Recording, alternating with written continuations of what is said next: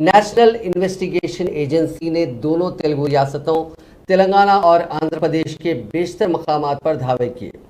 तशद्दुद के लिए उकसाने और गैर कानूनी सरगर्मियों के इल्जामात के सिलसिले में 4 अफराद को पूछताछ के लिए हिरासत में लिया गया। ये दावे तेलंगाना में मुख्तलिफ मकामात पर किए गए, जिसमें निज़ामाबाद, हैदराबाद, जगतियाल, निर्मल, आदिलाबाद और करीमनगर शामिल है।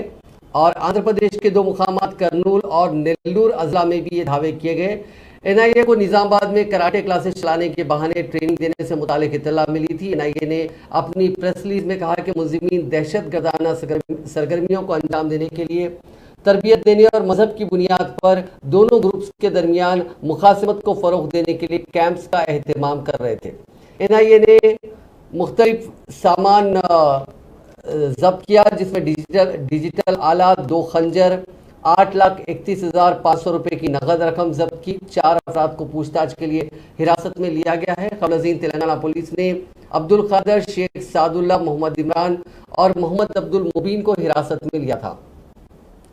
उनके खिलाफ एक केस दर्ज किया गया था। ताज़ीरात हिंद की बेशतर दफात और गैर कानूनी सरगर्मियों की इंसदाद की दफात के तहत निज़ामाबाद में पीएफआई के अरकान के खिलाफ जारिया साल जुलाई में केस दर्ज किया गया था। निज़ामाबाद में एनआईए की 26 टीमों ने धावे किए और पीएफआई से वाबस्ता अफराद के बैंक खातों, पासपोर्ट्स के मायने किए। निज़ामाबाद के ऑटो नगर के अब्दुल कादर को माह अप्रैल में कराटे की तरबियत देने पर पुलिस ने गिरफ्तार किया था।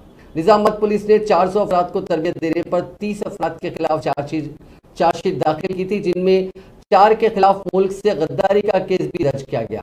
एनआईए इस केस की तहकीकात कर रही है। पुलिस चार्जशीट में जिन अफराद के नाम शामिल हैं उनसे एनआईए ने पूछताछ की। जिले में मुश्तबा माली लेन देन पर भी मरकजी एजेंसियों की नजर है। जून में एनआईए ने आरमूर के 2 अफराद के खातों में गैर मुल्की रुकुमात की वसूली की जांच की थी।